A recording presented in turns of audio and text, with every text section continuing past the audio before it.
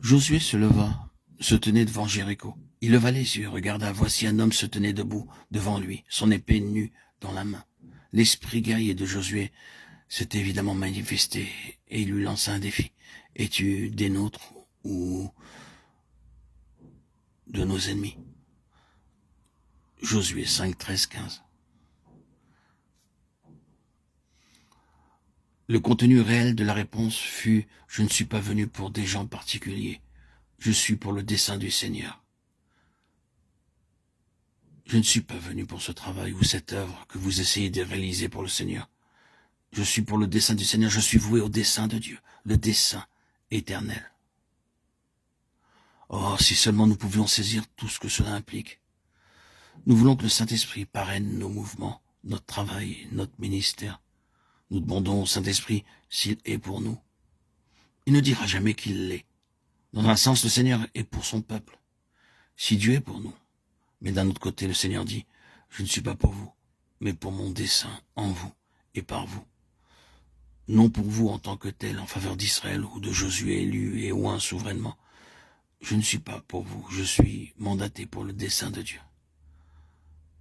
Nous devons donc identifier le terrain et l'objet du mandat du Saint-Esprit. Nous devons savoir pour quel but le Saint-Esprit a été mandaté. Il y a tellement de calculs et d'arrangements pour le Seigneur, il y a tellement d'échecs sans parvenir à grand-chose. Dans ce monde, combien y a-t-il à ce jour d'arrangements planifiés, programmés pour le Seigneur? Cependant, cela ne semble pas aller bien loin. Le Seigneur ne paraît pas s'impliquer lui-même dans tout cela. Nous devons donc identifier l'objectif du Saint-Esprit.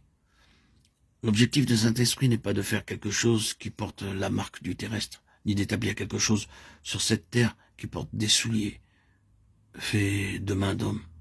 Établir quelque chose ici-bas n'est pas du tout son objectif.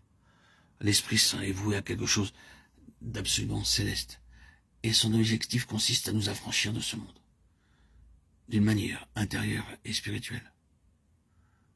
Cela mériterait peut-être d'être vu plus en détail, mais notons que c'est de la plus haute importance de connaître l'objet de la préoccupation de Dieu. Il ne fera lui-même rien de ce qui est attaché à cette terre, il s'engagera lui-même seulement dans ce qui est lié au ciel. Mais maintenant que ceci est établi, il y a après tout cela encore une chose extraordinaire. Cet homme en qualité de prince des armées de l'Éternel est debout avec son épée tirée dans sa main. Oh, c'est une bataille, n'est-ce pas? C'est une guerre, n'est-ce pas? Aussitôt que le Saint-Esprit prend le dessus et qu'il y a une complète capitulation devant lui, la bataille est engagée. Ne commettez aucune erreur à ce sujet, quoi que vous puissiez penser du baptême du Saint-Esprit et malgré tout ce que cela peut impliquer, sans vouloir le limiter à cette seule interprétation, cela signifie cependant un conflit incessant et immédiat. Cela peut signifier d'autres choses, mais cela implique une guerre sans répit, une armée dans laquelle il n'y a pas de mise à la retraite. Ici, vous ne serez jamais pensionné. Vous êtes incorporé jusqu'au bout.